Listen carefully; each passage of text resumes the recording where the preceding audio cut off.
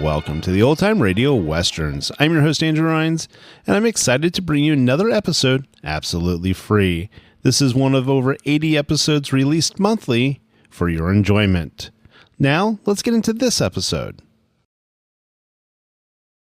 Now, as gunshots echo across the wind-swept, snow-covered reaches of the wild Northwest, Quaker Puffed Wheat and Quaker Puffed Rice, the breakfast cereal shot from guns, present Sergeant Preston of the Yukon.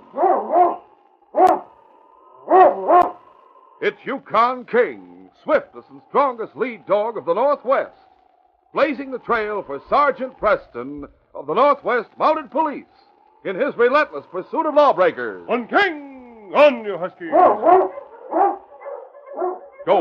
Gold discovered in the Yukon.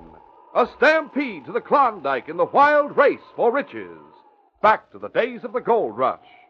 With Quaker Puffed Wheat and Quaker Puffed Rice, bringing you the adventures of Sergeant Preston and his wonder dog, Yukon King, as they meet the challenge of the Yukon.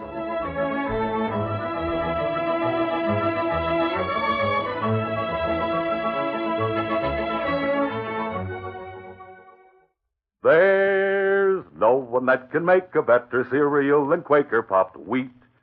It's neat. And when you hear that shootin', you're darn tootin'. The Quaker makes the ones shot from guns. And just as quick as a gunshot, the minute you taste them, you'll know they're the ones you want for breakfast every morning. Yes, when you pour out a bowl full of swell-tasting Quaker Puffed Wheat or Quaker Puffed Rice, add milk or cream and your favorite fruit, they score a quick hit with your appetite. So crisp, so tender, so tempting. You just can't beat delicious Quaker Puffed Rice and Quaker Puffed Wheat. Enjoy this treat starting tomorrow.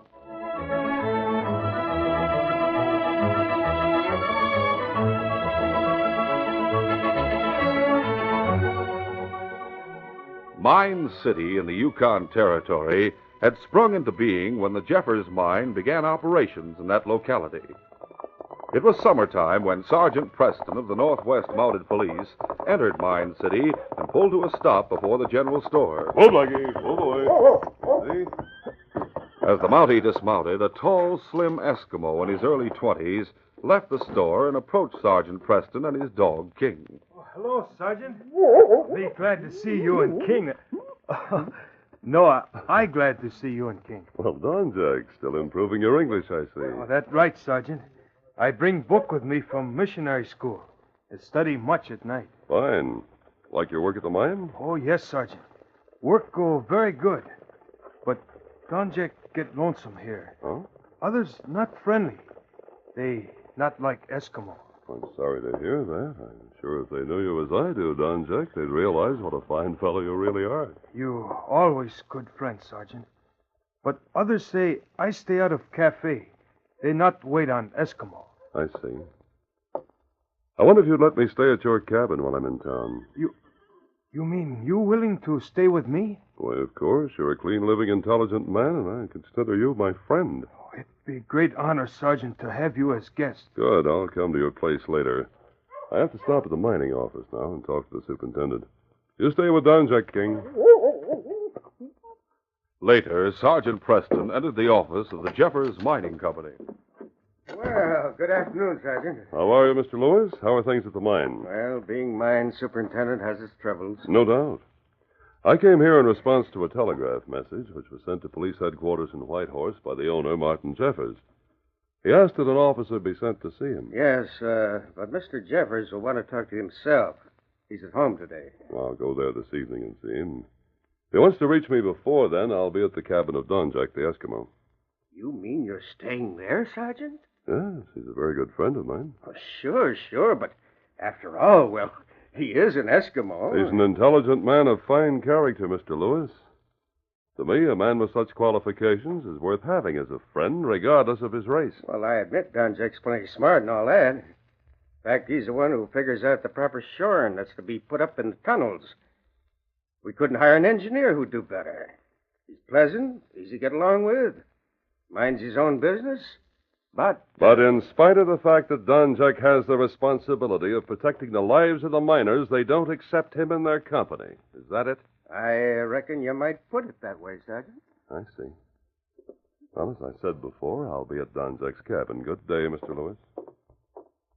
It was about sundown when Don Jack walked with the sergeant toward the home of Martin Jeffers on the edge of town. As they approached the house, Mr. Jeffers' 10-year-old boy, Larry, met them at the gate. Golly, Sergeant Preston and King. Hello, Larry. You know Don Jack? Oh, yes, sir. I used to meet Don Jack in front of the store. We'd sit on the store porch, and he'd tell me stories about the Eskimos. Oh, Larry and Don Jack, good friend once, Sergeant. Aren't you still good friends? Dad told me I couldn't see Don Jack anymore. But I'm still his friend, honest. He knows lots of stories, and stories about the Bible, too. Oh, that's right, Sergeant. Missionary at school teach Don Jack about Bible. Well, I'm sure if your father knew our friend Don Jack better, he wouldn't mind letting you talk to him, Larry. Is your father at home now? Yes, Sergeant. He just finished supper. Good. I'll go in and see him. Don Jack, perhaps you have another story to tell, Larry, while you wait for me. I'll not be long. Sergeant Preston was admitted by a servant, and a few moments later was talking to Martin Jeffers. I sent that telegram, Sergeant, because I think there's something wrong at the mine. Tell me about it, Mr. Jeffers. A rich vein of gold was struck in the main tunnel. It took a sharp downward course, so a shaft was sunk to follow it. I see. For the past few weeks, the ore has been poor. Inspection at the bottom of the shaft shows that the vein is still there. The miners are searched whenever they leave the mine, yet I feel that somehow gold is being stolen. I see. Has it occurred to you that the men might be hiding some of this gold in a secret cache at the bottom of the shaft? Well, you may be right, but when I inspected the shaft, there was no indication of a hiding place. Clever man might find a way to do it so it wouldn't be seen. That may be so. I'd like to investigate that shaft, Mr. Jeffers. When would it be convenient? Well, how about tomorrow when the men are outside the mine eating their noonday dinner? All right, I'll be at the mine at noon tomorrow. Right. I hope your investigation brings something to light. I'll go to the door with you. I go. I'll be at the mine waiting for you tomorrow. All right. Hey, who's that out there with my son? Oh, that's Don Jack. He's employed by your company. Don Jack the Eskimo? I distinctly told Larry to stay away from that fella. Larry, come here this minute. All right, Dad. Bye, Don Jack. Bye, Larry. Larry, get inside and go straight to bed. I told you to stay away from that Eskimo. But, Dad, Don Jack's my best friend, and he's awful nice. How many times must I tell you you're not to hobnob with an Eskimo? I'll not tolerate such a thing, you understand? Yes, Dad, but... Go in the house at once. Yes, sir. I'd like to know what that fellow is doing out in front of my house. Don Jack walked over with me, Mr. Jeffers. With you? Now, tarnation, take it, Sergeant. We all respect you around here, but what will people think if they see you taking up with an Eskimo? What people think doesn't concern me, Mr. Jeffers, as long as I'm doing what I consider to be right. I judge my friends by what they are, not by their race or creed. Well, then you have poor judgment, I'd say. Possibly, but I feel that a man isn't great because of his birth, but because of what he makes of himself. Don Jack has much to offer as a man and a friend. Think as you like, Sergeant. But tell that Eskimo to stay away from my boy, or I'll have him run out of town. Good night. I hear what Mr. Jeffers says, Sergeant. I'm very sorry to cause trouble. Maybe he right. Maybe it's better you not be with Don Jack. No, Don Jack. He's wrong. Intolerance has no place in this big new country of ours if we hope to grow strong and great. Let's go back to your cabin now. I need a good night's rest. Come on, King. That night at the cafe, two of the miners sat at one of the tables talking in low voices. Joe, we gotta do something and do it quick. What's the matter, Gil? I stopped at the mining office a while ago. I heard the super talking to the bookkeeper. Yeah, go on. Jeffers sent him word that the Mountie, Preston, is going to go down into that shaft tomorrow at noon to investigate. He suspects gold has been held back and hidden down there, from what I heard. But look, Gil, I finally got the super to transfer me to be a night guard at the mine like we planned. I start tomorrow night, then we could bring the gold out. Get this through your thick head, Joe. It's too late to think of getting that gold out now. We'll have to leave the gold. Leave it? You mean leave it there just when we get Listen, it? you dope. If Sergeant Preston goes there and gets wise to what we were doing, we'll go to prison. Yeah, what can we do? You get this. I'll put a can of blasting powder in my lunch pail and carry it down with us tomorrow morning. Just before the noon whistle blows, we'll plant it down there with a slow-burning fuse. If they found out we did that, it'd be worse. The men have complained of gas seepage down in that shaft. They'll blame the explosion on that. And the Snoop and Monty will be dead and buried. Oh, that'll be murder. Sure, it's either that or the possibility of spending a long time behind bars. Well, if you think we'll get away with it. Why shouldn't we? How about it? All right. Good. Since I am foreman on that level, I always wait till the men are all out before I come up out of that shaft, so nobody will see what we do. We'll work fast. And while we're all out safe and sound eating our dinner, the Mountie will go into the mine and down that shaft, and he'll not come up alive. We'll continue our adventure in just a moment.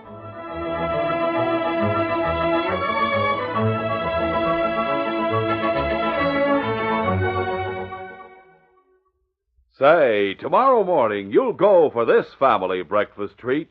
Crisp, nourishing, swell-tasting Quaker puffed rice or Quaker puffed wheat. The ready-to-serve cereal shot from guns. Hoop, man, in the name of the Queen, what's going on here? A Mountie? You've seen a Mountie before, haven't you? Oh, sure. Fact is, I'm pretty well acquainted with the Mounties in the Yukon. I'm new in this territory, but wherever there's shooting going on... Yes, sir. But that shooting you heard now was just me explaining about the keenest tasting breakfast ever. Oh? I mean rice or wheat shot from guns. Well, it's a new kind of shooting to me. You see, we load huge guns with choice, sun-ripened premium grains of rice or wheat. Then these grains are exploded. Out come big, giant grains up to 8 times normal size. They're magnified, crispified, shot through and through with bang-up nut-like flavor, too. That's why Quaker puffed rice and Quaker puffed wheat are so good to eat. Hoot, man, sound mighty tasty. And for breakfast, lunch, or supper, all you do is pour out a bowlful right from the package. No cooking. Just add milk or cream and top with your favorite fruit. Aye, that's for me. And what's more, Quaker puffed rice and Quaker puffed wheat are nourishing. They furnish added healthful values of restored natural grain amounts of vitamin B1, niacin, and iron. Those extras appeal to me, too. And fellas and girls, here's a tip for you.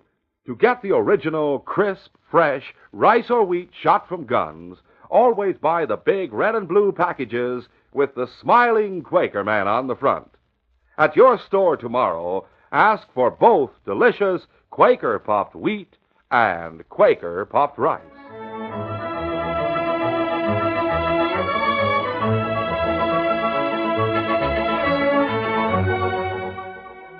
Now to continue. The following morning, early, the boy Larry Jeffers went to the mining office in town with a message from his father to the mining superintendent. Well, morning, son. Morning, Mr. Lewis. What brings you here so early? Well, Dad said to tell you he might be late getting to the mine this noon, and for you and Sergeant Preston to go ahead with the investigating. Well, thanks for telling me, Larry. It's lucky you got here when you did. I was just about to leave for the mine. Mr. Lewis, Dad said if you didn't care, I could ride in the buckboard with you to the mine and come back with him. Is it all right? Well, sure, son. You ready to go now? Oh, yes, sir. I'm ready. Well, let's get out the buckboard then. Come on. During the morning, Larry whiled away his time drawing with pencil and paper in the mine headquarters shack. Then, tiring of that, he went outside and watched as the mule car brought ore from the mine tunnel. Once he went to the entrance and peered inside. Hold on there, youngster. You can't go in there. Nobody can go in while the men are working. Well, I wasn't going in. I'm just looking. But I'd like to go in sometime. Aren't you Martin Jeffers' boy? Yes, sir. Well, son, you'll probably see a lot of this mine when you get older. Your dad will most likely make you learn the mining business from the ground up. Is it dark back in there, mister? It just looks that way from out here in the sunlight. They have plenty of lanterns inside. Oh.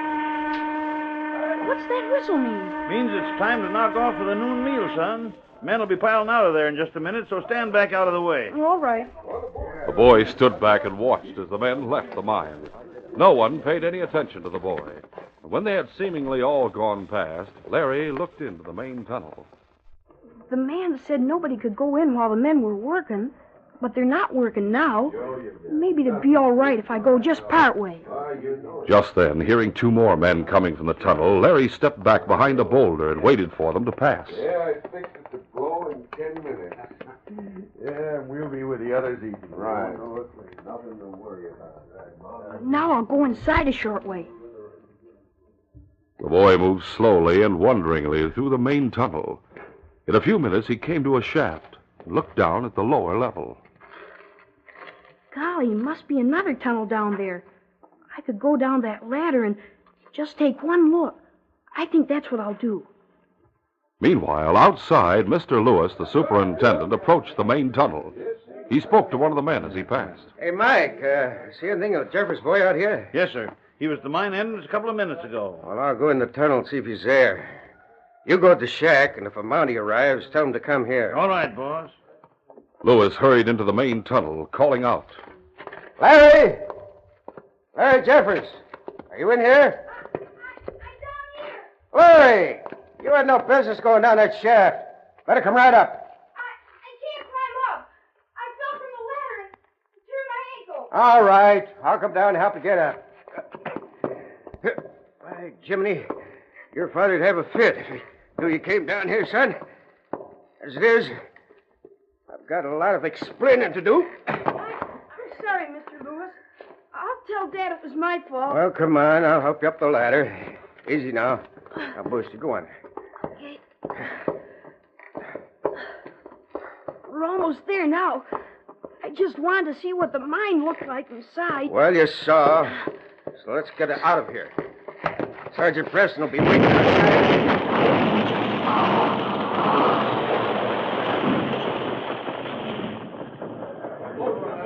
What was that explosion? Came from inside the mine. Sergeant, Mr. Lewis went into the mine. What? He went in to find the Jeffers boy. Bring lanterns, picks, and shovels, all of you. We'll try to get to them. Hurriedly, the men brought lanterns, picks, and shovels. Then they all moved cautiously into the main tunnel of the mine. Shoring in here is all right. Yeah, that explosion came from the lower level, I'd say. Look, dust and smoke coming up the shaft. It was down there. Lewis and the boy wouldn't be down there. Reckon they went out. It's Lewis, down the shaft. But there's no way to get through that rubble. We must get to them. We'll go down there and start digging. Come on, let's get busy. The horizontal tunnel at the bottom of the shaft was cut off by rubble piled high. Digging furiously and steadily, the men managed to clear a small opening. Preston stopped the digging and called out. Lewis, you hear me? Yeah. I've caught by a beam. Boy, Larry, unconscious. I can't pull out. Lewis? Lewis! He must have lost consciousness. The boy's in there with him. We can't widen that hole. They won't last long. What happened? An explosion, Mr. Jeffers. Lewis and your son are both in there. We can't widen that opening. My son? No, it can't be. How did he... No time to explain now. We must get them out before there's another cave-in. I'm going to crawl in. Two of you men, go to the top of the shaft and have ropes ready to pull them up. Hurry. Right away, Sergeant. Come on. Give me a hand. Sergeant Preston eased his way through the small opening as the men stood around breathlessly. A moment later, a chill ran through each of them as a rumble came from within. It's caving in. Sergeant! We've all right so far. But I can't lift the beam that has them pinned down. Someone must come in to help. Hurry! None of them will get out alive. I'm not risking mine, eh? Men, listen to me. My boy is in there. I'm too stout and heavy to get through to him. I'll give 5,000, no, 10,000 in cash to the one who goes in to help Sergeant Preston move that beam. Isn't there any of you with courage? For heaven's sake, do something. My boy and those two men need help. The sergeant better come out while he can. I go help, Sergeant. You? Good. I'll give you plenty of cash. I not go for money. You get out of way, quick. Why, he must be crazy. You'll die with him, Mr. You get out of way. Sergeant Preston and boy, my friends. Don Jack rather die with friends than live with those who hate him. I go help. A moment later, the despised Eskimo reached Preston's side. I hear, Sergeant. I come to help. Good for you, Don Jack. This beam's holding them down. They're both unconscious. I will have to lift the beam, but we have to be very careful we don't start another cave-in. Ready? I'm ready. I'm not afraid when I'm with friends. Quick! Push it back off them. There. Now we get Lewis and Larry out through the hole. Hurry, Don Jack, hurry. Larry and Lewis, both unconscious, were carefully taken through the small opening by Preston and Don Jack. At the sound of the last rumble, the others had retreated up the ladder and watched from there as the Mountie and the Eskimo brought the two victims through the opening to the foot of the ladder. There, I got them out. Lower a rope, quick! Working swiftly, Preston and Don Jack tied the rope first to the boy Larry, who was drawn to the upper surface. Next, Mr. Lewis was taken up. Up the ladder quickly, Don Jack. No, I wait. You go. I not go first. All right, follow me then, but hurry. Here's the sergeant. Give him a hand. Thanks. Don Jack, hurry. Hurry. Give me your hand, quick. Come on. Let me help. We have him. Just in time. Get back, all of you. Glad you're safe, Don Jack. I'm more glad you're safe, Sergeant. And boy. They took Lewis and the boy outside. Come on. The superintendent and the boy Larry were taken into the headquarters shack, where there was a room set aside as an infirmary. Sergeant Preston and Don Jack entered together to find Martin Jeffers leaning over his son, Larry. The other men crowded around the doorway. Larry, my boy. The boy will be all right, Mr. Jeffers. The beam held him, but it didn't crush him. I'll give first aid to him and Mr. Lewis. Oh, I help. I learn at missionary school. Good. Let's get busy, Don Jack. Sergeant Preston and Don Jack worked carefully and expertly over the superintendent and the boy. Within a short time, both of them were conscious and resting easily. How do you feel, Larry? I feel all right now, Sergeant. Son, I thought you were done for. I just wanted to see the mine. Thanks for saving me, Sergeant. The thanks go to Don Jack, Larry. He saved all of us. I not let friends die. I know how you felt, Don Jack. Don Jack, I owe you my life, you and the sergeant. And I want you to know that I'm your friend, too. Oh, that's plenty good. As the others talked, Martin Jeffers stood looking first at his son, then at the Eskimo lad who had so courageously gone into the face of death to help his friends. A strange new feeling stirred within Jeffers, and as he looked at the unassuming young Eskimo, he saw not a man of a different race and color, but a kind, brave person who knew only that he must help others, even those surrounded by hate and intolerance. Suddenly, brushing his hand quickly across his eyes, he turned to Don Jack with outstretched hand. Lad, I don't know the words I really want to say, but if you'll let me shake the hand of one who acts as the Lord intended man to act, I'll be grateful. May I call you friend? I'm most glad to be friend, Mr. Jeffers. Golly, Dad. Now we're both Don Jack's friends. Of course, son. Don Jack is always welcome at our home. Always. But that explosion, I can't understand what... Those two men there in the doorway just got out of the mine in time. They came out after the others did. What's that, son? Talking about? Come on, Hold on, Gil. What's he saying? Yeah, you and Joe are suddenly anxious to go. Come here, both of you. We'll bring them to you, Sergeant. Larry, you say these two men came out after the others had gone? The boy's crazy. How could he see us if we didn't run into him? That's right. Well, I hid, but I heard what you said. One of you, that one, What? said he fixed it to blow in 10 minutes. The other one said they'd be with the others eating. Well, Thunder, they must have set that explosion. Yeah. Well, did you? You have nothing on us. Let us have him, Sergeant. Yeah, we'll make them tell the truth. No. Don't let him take us out of here. Gil, he planted the gold we hid. This gun will shut you up. Hold it! Oh! I'll take these two back with me, Mr. Jeffers. I arrest both of you in the name of the Crown for attempted murder. Yeah, that's right. Mr. Jeffers, we men talked it over. We'd like to give a party for Don Jack at the cafe if he's willing. For me, that make me most happy. A party for Don Jack is just a thing. We'll all be there to honor one we're proud to call a friend. Yes, Look, Don Jack, even if you are an Eskimo, oh, hang it all. Well, what I'm trying to say is, we don't care what you are. You're a real man and a hero as far as we're concerned. And we're darn lucky to have you for a friend. I'm very glad for all this, in spite of what we've gone through, Sergeant Preston.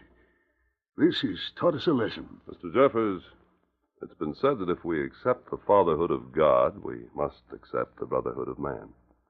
This great province of ours, along with the great United States to the south of us, will become far greater when tolerance and understanding of our fellow men are more fully practiced.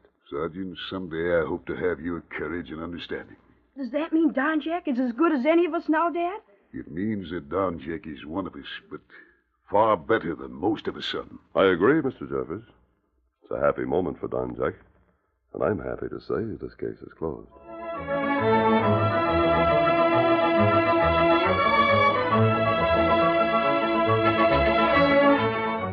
Sergeant Preston will return in just a moment with a word about our next exciting adventure.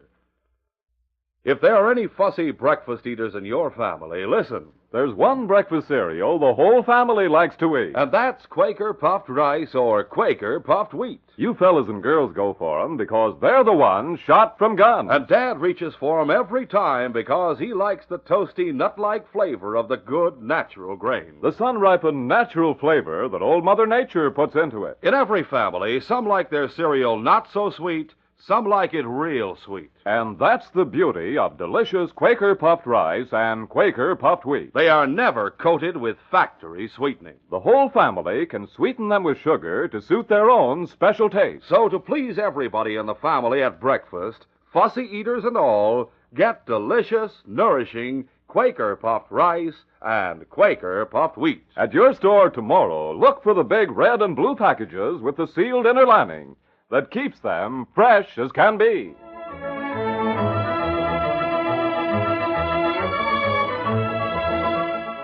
And now, here is Sergeant Preston. Sergeant Preston reporting, sir. Sergeant, last week Constable Palmer went north to arrest the traitor who killed 2 Eskimos. I know, sir. Did he find him? I've no idea. We've had no word from Palmer since he left here. Inspector! Inspector! Archibald, what brings you here so far from your village? His murder, Inspector. Constable Palmer been murdered by a traitor he wants to arrest. You hear that, Sergeant? Get the murderer. Bring him back alive. Yes, sir. If it's the last thing I do, I'll bring him back alive to hang. Sergeant Preston goes to the Arctic Circle after a ruthless murderer. But in attempting to carry out orders, he faces death. Be sure to hear this next exciting adventure. These radio dramas, a feature of Sergeant Preston of the Yukon Incorporated, are created by George W. Trendle, produced by Trendle Campbell Muir Incorporated, directed by Fred Flowerday, and supervised by Charles D. Livingston. The part of Sergeant Preston is played by Paul Sutton. Sergeant Preston of the Yukon is brought to you every Tuesday and Thursday at this same time by Quaker Puffed Wheat and Quaker Puffed Rice, the breakfast cereal shot from guns.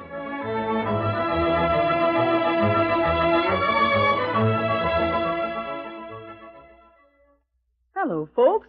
This is your friend Aunt Jemima. Do you love pancakes? Golden, tender, light pancakes? Then try Aunt Jemima pancakes. You see, my Aunt Jemima pancake mix is now fluff whipped to give you the lightest pancakes ever, lighter even than homemade. Yes, Aunt Jemima pancakes are so light, they're digestible as toast. Try these extra light Aunt Jemima pancakes, piping hot and running with good butter and syrup. As the old song goes, what do most folks love to eat? Pancakes, pancakes. What kind are the biggest treat? Aunt Jemima's are. Aunt Jemima pancakes, extra, extra light. Easy to fix with my pancake mix. Have some this very night. Thank you, folks.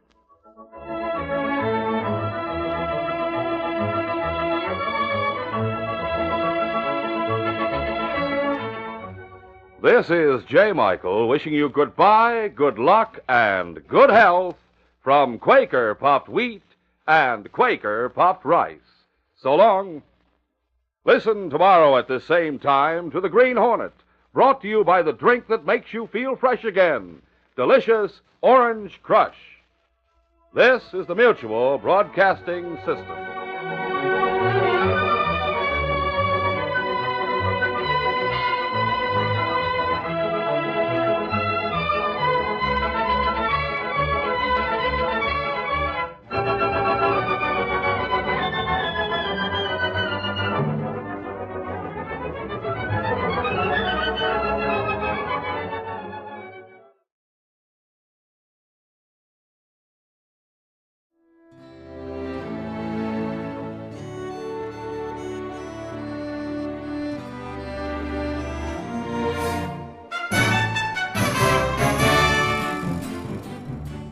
This has been a presentation of OTRWesterns.com, and we hope you enjoyed.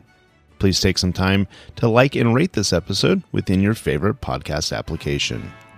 Follow us on Facebook by going to OTRWesterns.com/Facebook, and subscribe to our YouTube channel by going to OTRWesterns.com/YouTube. Become one of our ranch hands and unlock some exclusive content. We want to thank our most recent ranch hands, Steve and Ron W., who joined us recently. You too can join by going to OTRWesterns.com/donate. Send us an email, podcast@OTRWesterns.com, and you can call and leave us a voicemail, 707-986-8739. This episode is copyrighted under the attribution non-commercial share-alike copyright. For more information, go to OTRWesterns.com/copyright. Have a great day, and thanks for listening.